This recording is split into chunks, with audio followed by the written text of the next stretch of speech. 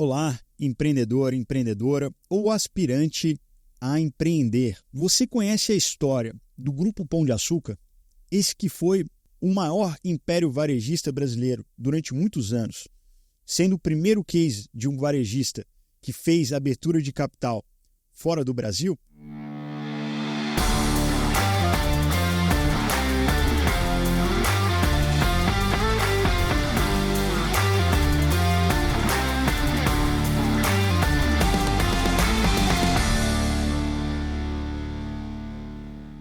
Hoje, no nosso capítulo novo do Hub de Negócios, podcast criado para contar histórias inspiradoras sobre alguns dos maiores empresários da história do Brasil, aqueles que criaram grandes empresas que inspiraram gerações de empreendedores no nosso país e que mudaram o paradigma de negócios realizados no nosso país. Aqui no Hub de Negócios, nós contamos as histórias não só das grandes empresas, mas também dos grandes empresários por trás delas, atendendo também ao propósito da B-Hub, que é a empresa que eu tenho a honra de servir como CEO, que tem como propósito ser o braço direito do empreendedor brasileiro. Pois bem, com esse podcast, uma coisa a gente tem certeza, que se esses empreendedores estivessem começando hoje, certamente eles contariam com o serviço da B-Hub, que os permite focar no crescimento dos seus negócios, enquanto a B-Hub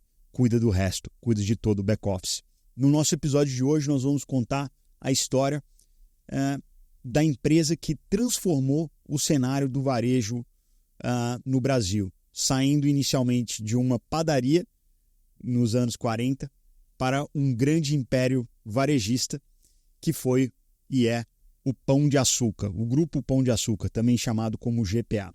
Nós utilizamos como fonte esse livro, o Abílio, e também uma série de outros artigos que a gente vai veicular ao final do nosso podcast.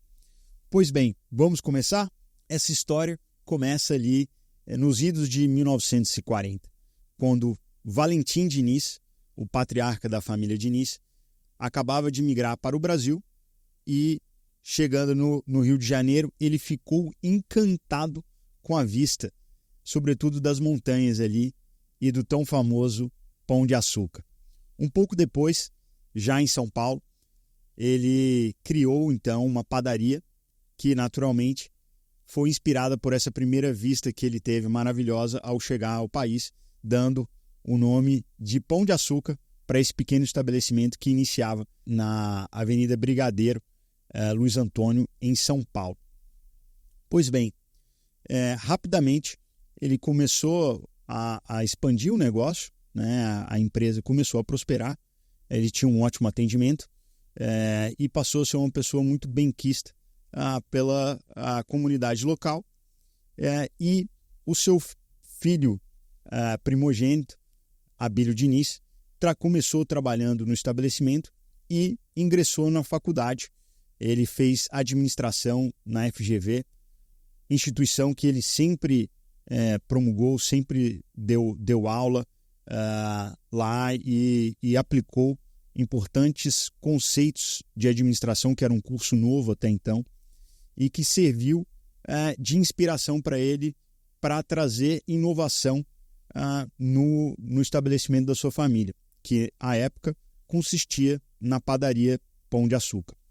Pois bem, estudando grandes cases internacionais, ele viu que nos Estados Unidos e também na Europa começava a expandir um novo conceito de varejo que no Brasil até então não existia. Qual era esse conceito? O conceito de supermercado. Pois bem, a gente não consegue pensar muito bem nesse formato antes e depois, mas a verdade era que os estabelecimentos comerciais, de um modo geral, se baseavam num balcão. Então, o cliente chegava nesse balcão, pedia para o atendente, muitas vezes o próprio comerciante, o dono do local, olha, quero comprar pães, quero comprar leite, etc. E o balconista, né, o dono do estabelecimento, ele ia então, virava, ia até o seu armazém, buscava o produto que o cliente queria e entregava para ele.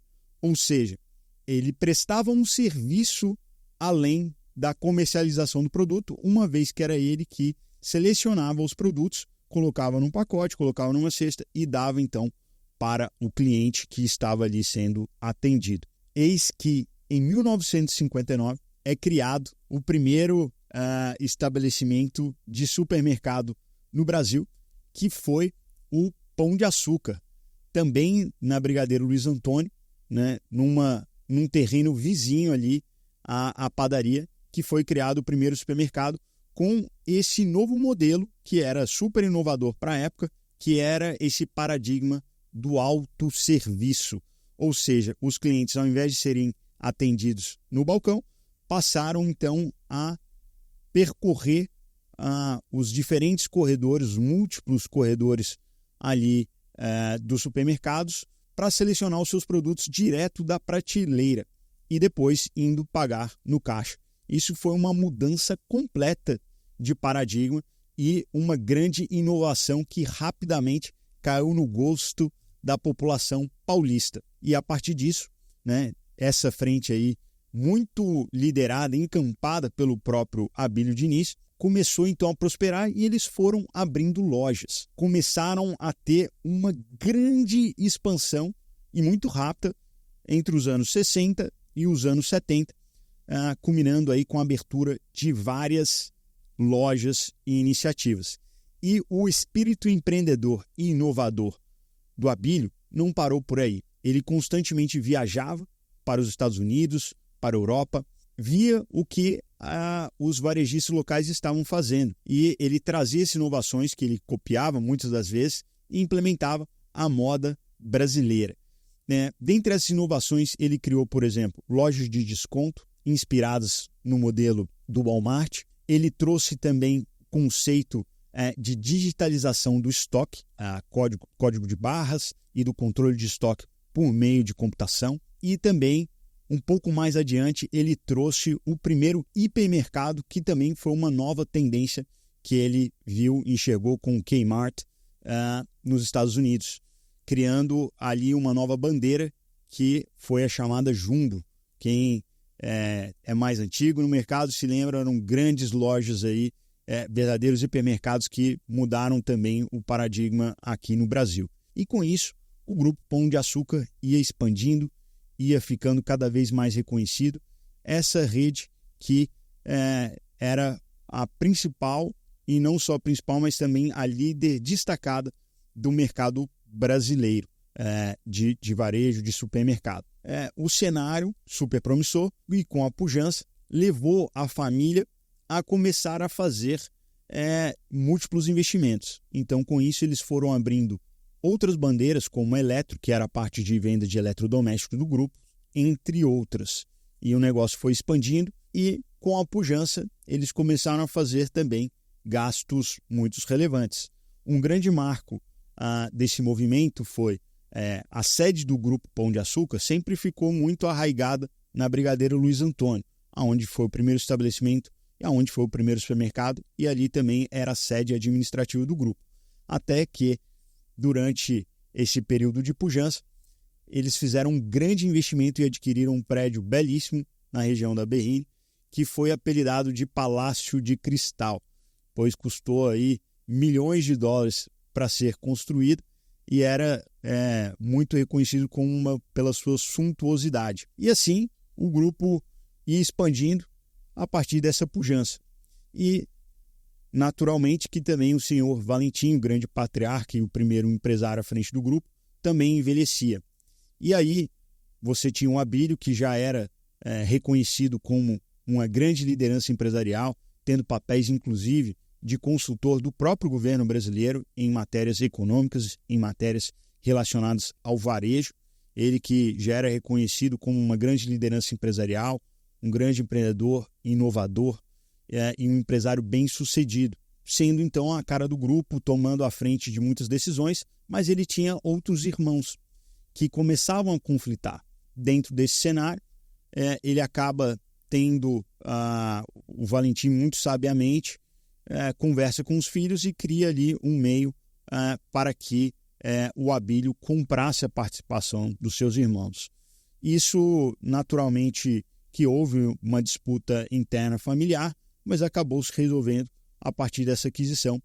Mas não sem problemas, pois um pouco depois disso houve também uma grande crise pessoal por parte do Abílio, que foi o sequestro que ele passou em 1989. Então, um pouco depois desse movimento de consolidação da participação societária, ele vem então a ser sequestrado, passa por uma experiência terrível ali, num cenário de violência muito crítico que tinha aqui em São Paulo no final dos anos 80, com a criminalidade e a falta de segurança, um pouco que a gente vê hoje também. E ele sai desse conflito, volta, sai desse sequestro, volta então para o seio da sua família e volta ao seu trabalho.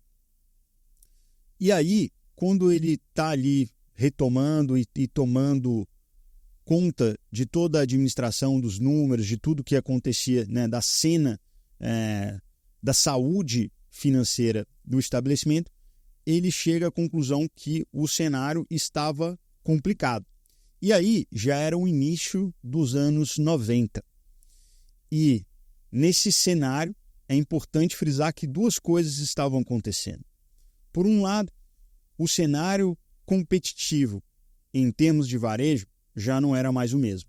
Isso porque em 1975 chega um grande concorrente para o GPA, que é o Grupo Carrefour, que é uma das maiores redes de varejo do mundo, entre outros. O Walmart também veio para o Brasil anos depois e ele já não voava solo. E naturalmente com a concorrência você tem uma disputa de preço. Então isso já ia minando a margem.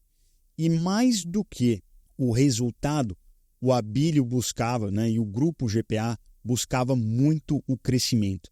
Eles chegaram a ter quase 1.000 lojas e 7 bandeiras, como naturalmente o GPA, Jumbo, Eletro, entre outros. E aí, nos anos 90 também, acontece uma outra coisa que também foi muito relevante, qual seja, o governo Collor, buscando atacar a inflação, ele acabou editando algumas normativas que causaram um verdadeiro estrago, não só para o bolso do brasileiro, que foi com o congelamento de preço, mas também com o congelamento dos depósitos e aplicações financeiras. São inúmeras as pessoas, a gente sabe, e empresas que contam como é que foi desesperador esse momento desse desgoverno que a gente teve com o Collor. Pois bem, qual era o modelo de negócio do varejo até então e o que acontece depois dessas novas normativas? Pois bem, o varejo sempre comprou a prazo, ou seja, os fornecedores, grandes marcas como Nestlé, Parmalat, Perdigão, Sadia, entre outros, forneciam para ele os produtos que ficavam na prateleira e ele pagava os seus fornecedores, em média, em 28, 30 dias. Veja, nesse momento, você tinha uma grande inflação que chegou a ser de mais de 80% ao mês. Ou seja, ele recebia dos clientes à vista, aplicava esse recurso no banco e pagava os fornecedores 80 dias depois, 28, 30 dias depois. Naturalmente que os fornecedores vendiam já pressupondo já a perda inflacionária. Havia inclusive um instrumento chamado tablita, que ele permitia haver esse desconto para fins de tributação também. E aí, quando o governo Collor cria o congelamento de preços e cria o congelamento de depósitos, esse modelo de negócio basicamente é colocado em risco. E rapidamente o cenário de geração de caixa, pois você tem um cenário de fluxo de caixa positivo ou de capital de giro positivo, né? Basicamente, ao receber do cliente primeiro e só tendo que pagar aos fornecedores 28, 30 dias depois, ele tinha essa necessidade de capital de giro negativo. Então era muito interessante e muito seguro tocar um supermercado até então. Só que nesse momento do Collor, você tem o congelamento de depósito, ou seja, ele não consegue mais ter a rentabilidade ao aplicar o dinheiro que ele recebia na frente dos clientes. Ele tem o congelamento de preço, que impede a ele de conseguir repassar o custo da inflação, o custo do produto adquirido, que veja, o fornecedor ele já embutia no preço o que ele projetava de inflação, mas ele não conseguia mais repassar esse acréscimo aos clientes porque havia o congelamento de preços. E, por fim, o governo também cancelou esse mecanismo da tablita. E aí, com isso, em apenas um mês, o CFO, à época, comentou com o Abílio Diniz que em apenas um mês eles tinham tido uma perda de 55 milhões de dólares de caixa. No mês seguinte, esse número já tinha crescido para 135 milhões de dólares. E assim, o Grupo Pão de Açúcar começou a sangrar profundamente e enfrentar um cenário de quase falência no início dos anos 90. Nesse cenário, basicamente, enxergando ali a quase falência, e eles chegaram a preparar a concordato. Eles eram atendidos pelo Matos Filho, que é um dos escritórios de advocacia mais renomados do país, e consultando o escritório, falou: olha, eu acho que é um momento realmente de preparar a concordata. E eles chegaram a preparar. Mas, em paralelo, eles começaram a analisar que oportunidades que eles teriam para cortar custos, para permitir uma saída dessa crise. Eles aventaram possibilidade de vender o grupo, mas naquela época ninguém queria comprar um supermercado, sobretudo em dificuldades, dado essas novas regras que foram implementadas pelo governo Collor. E, por outro lado, ele tinha uma operação que sangrava muito, com um fluxo de caixa extremamente negativo. Pois bem, nesse momento, ele criou ali um novo paradigma de gestão, qual seja, corte, concentre, simplifica.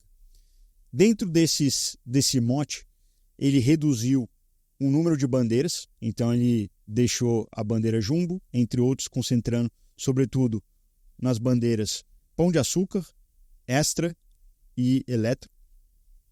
E ele chegou a ter 45 mil funcionários e ele reduziu drasticamente esse número de funcionários, diminuindo ali, ele chegou a cortar 63% dos postos de trabalho que ele tinha no Grupo Pão de Açúcar e reduzindo das mais de 620 lojas que ele tinha então para cerca de 200, focando nas que eram mais lucrativas, nas que eram melhores geridas. Nesse processo de concentração e simplificação, ele conseguiu sair da crise e conseguiu começar a gerar caixa.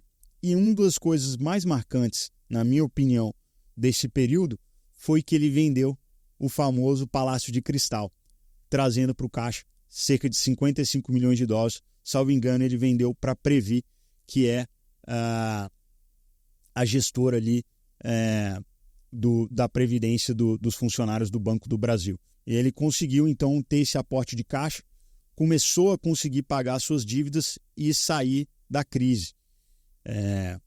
E foi assim um verdadeiro turnaround e um dos grandes atestados da competência e do brilhantismo do Abílio. A gente tem CEOs de paz, que são CEOs que buscam a expansão, que têm momentos ali talvez mais tranquilos de gerir seu negócio, num bom mar, e a gente tem os CEOs de tempos de guerra. E o Abílio é um dos poucos que conseguiu fazer os dois papéis e conseguiu efetivamente sair da crise.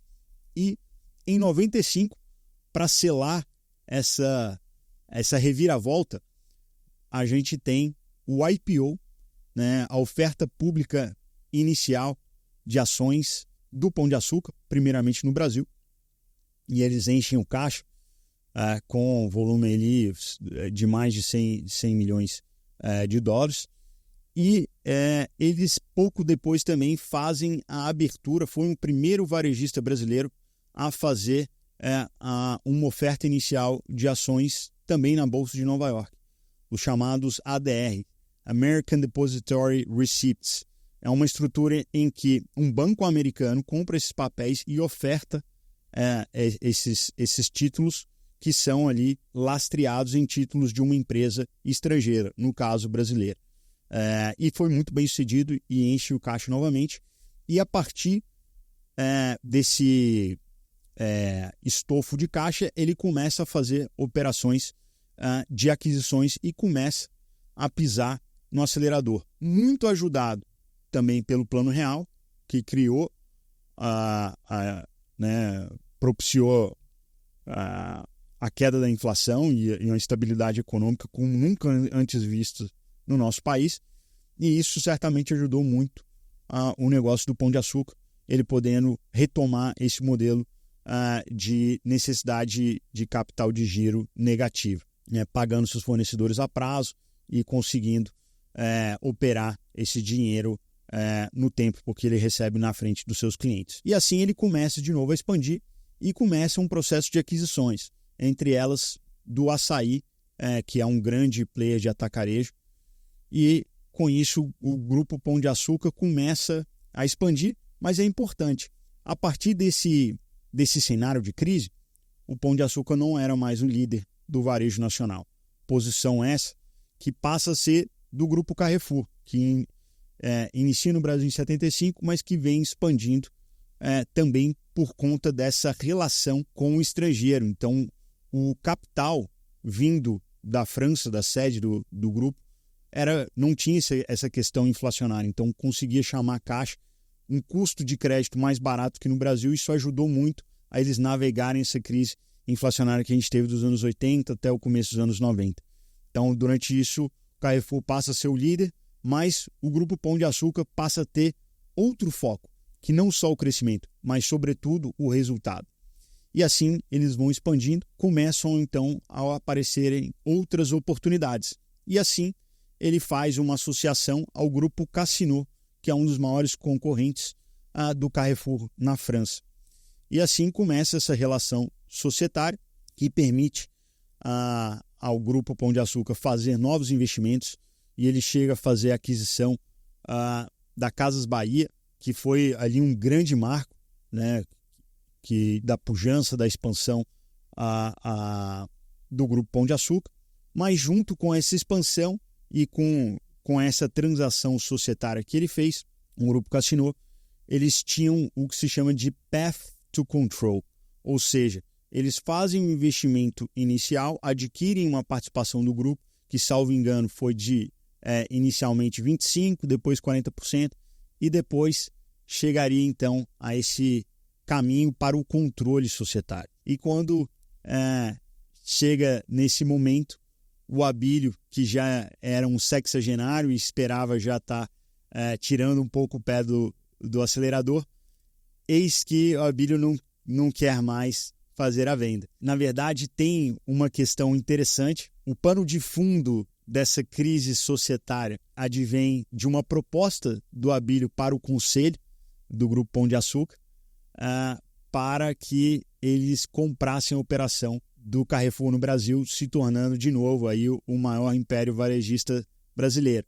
Porém, ela é refutada pelo conselho. Eis então que começa uma grande crise e disputas, primeiro no âmbito do conselho, mas que levariam a uma grande discussão societária e a um dos maiores cases de disputa arbitral e também no âmbito do judiciário brasileiro, e que veio a ter um acordo com a venda da participação integral do Grupo Pão de Açúcar para o Casino. Naturalmente que foi uma transação bilionária e o Abílio ficou ainda mais rico, mas ele sela ali também uma grande jornada de liderança de um grande empresário, de uma grande grupo familiar que passa então a ser detido por um grupo estrangeiro e que volta, né, retoma aí o caminho do crescimento, da boa gestão. É uma empresa listada brasileira, uma empresa que vai muito bem, obrigado. Não é mais a líder de mercado, mas tem aí essa trajetória brilhante de inovação, da criação de um dos grandes cases de empreendedorismo nacional. Abílio, depois desse projeto, ele passa a fazer outros investimentos a partir do seu family office, o Península, adquirindo grande participação em um outro grande case que a gente depois pode vir a contar aqui, que é o grupo Sadia Perdigão, que deu origem à BRF, né, Brazil Foods. Mas essa é uma história para um outro capítulo. Caminhando para o final do nosso capítulo, do nosso podcast de hoje, eu sempre gosto de analisar o que foram erros e acertos dessa jornada e, sobretudo, os aprendizados que a gente traz dessa história. Primeiro, vamos falar dos acertos. Abílio foi um grande inovador. Ele soube copiar muito bem o que players globais faziam com muito sucesso lá fora e trazer para o Brasil com grande sucesso, implementando essas iniciativas. Iniciativas como lojas de descontos, supermercado, hipermercado, entre outros. Além disso, ele soube expandir como ninguém, soube fazer um marketing pessoal e um marketing também de seus produtos, do seu branding fenomenal. Ele tinha um estilo de gestão muito interessante.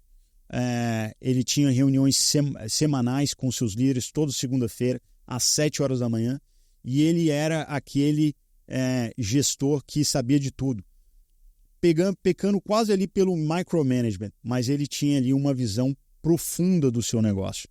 Então acho que esses são grandes acertos, e com isso ele criou um verdadeiro grande império, primeiro grande império varejista do Brasil.